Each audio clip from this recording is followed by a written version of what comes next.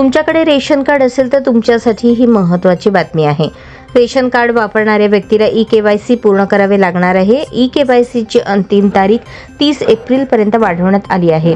यापूर्वी शेवटची तारीख 31 मार्च होती. या मुदतीत तुम्ही ई-केवायसीचे काम पूर्ण केले नाही तर तुमचे नाव रेशन कार्डवरून हटवण्यात येईल.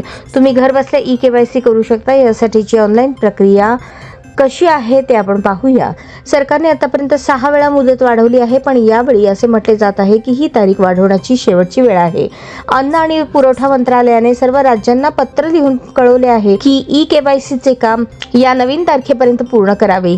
ई-केवायसी कोणत्याही परिस्थितीत 30 एप्रिलपर्यंत पूर्ण करावे लागणार आहे. ई-केवायसीसाठी लाभार्थी पीडीएस दुकानात जाऊन ई-पीओएस मशीनच्या मदतीने ही प्रक्रिया पूर्ण करू शकतात. मीडिया रिपोर्ट्सनुसार सुमारे 23.5% रेशन कार्डची पडताळणी अजून प्रलंबित आहे.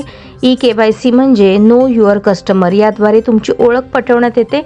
बनावट रेशन कार्ड असलेल्या लोकांना सिस्टीममधून काढून टाकण्यासाठी ई-केवायसी करण्यास सांगितले जात आहे.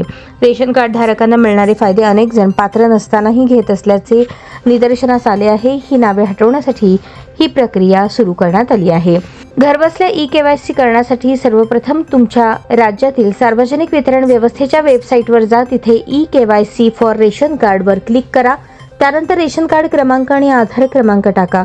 कुटुंब प्रमुखाचा आधार क्रमांक एंटर करा. त्यानंतर मोबाईल नंबरवर एक OTP येईल, तो भरा. सर्व माहिती एंटर करा आणि सबमिट करा.